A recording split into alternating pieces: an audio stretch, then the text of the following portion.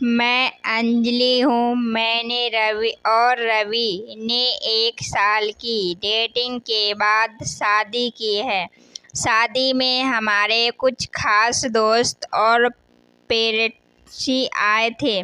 रवि ऐसा ही चाहते थे। वे चाहते थे कि शादी सेट और सिंपल ही रहे। हम लोग यहाँ बड़े शहर में काम करते हैं। रवि के माता पिता गांव में ही रहते हैं। रवि ज़्यादा गांव जाते नहीं।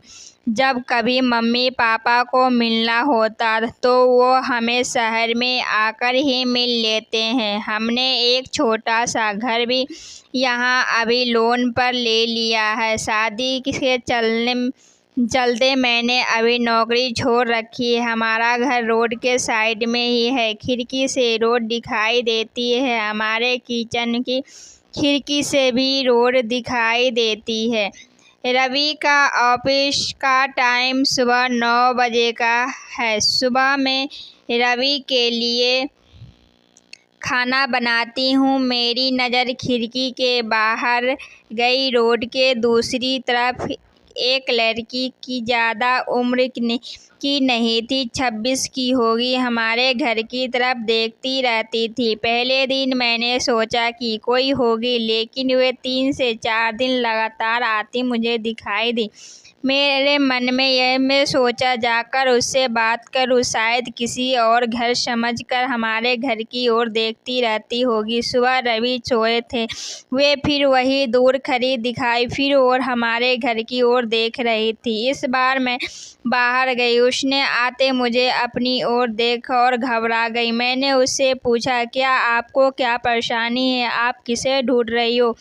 वो घबराई हुई बोली, रवि यहाँ रहता है। मैंने बोला, हाँ, आप कैसे जानती हो? इतना सुनकर घबरा कर चली गई। मैंने पूछे उससे आवाज़ दी, घर? उसने सुना नहीं। मैं अपने घर में वापस आ गई। मेरे आने पर रवि उठ गए थे। वो पूछा, कहाँ गई थी? मैंने बोला, पता नहीं, एक लड़की है, वो हमारे घर की तरफ देखती रहती है। और मैंने जब जाकर उससे पूछा तो तुम्हारा नाम भी जानती है। तुम किसी गौरी की ही सुंदर लड़की को जानते हो? रवि यह सुनकर भड़क गए। वो पागल हो क्या? कोई कुछ भी बोलेगा और तुम मान लोगी क्या? लेकिन यह सुनने के बाद रवि के चेहरे का रंग जरूर उड़ गया था। मेरे भी दिमाग में कुछ चलने लगा। रवि जब शाम को आए तब मैंने इस विषय में कोई बात नहीं की। अगले दिन मैं सुबह उठी तो रवि पहले ही उठ गए थे। मैं किचन में गई तो खिड़की लगी हुई थी और बड़ी मुश्किल से खोलने पर खुलती थी। मैं कोशिश कर ही रही थी, लेकिन ऊपर वाली कुंडी मुझसे नहीं खुली। मैं हमेशा नीचे की कुंडी से खिड़की लगाती थी। अगर आपको ये कहानी अच्छी लगी हो तो लाइक, शेयर, सब्सक्राइब, कमेंट ज़रूर कीजिएगा। धन्यवाद दोस्तों।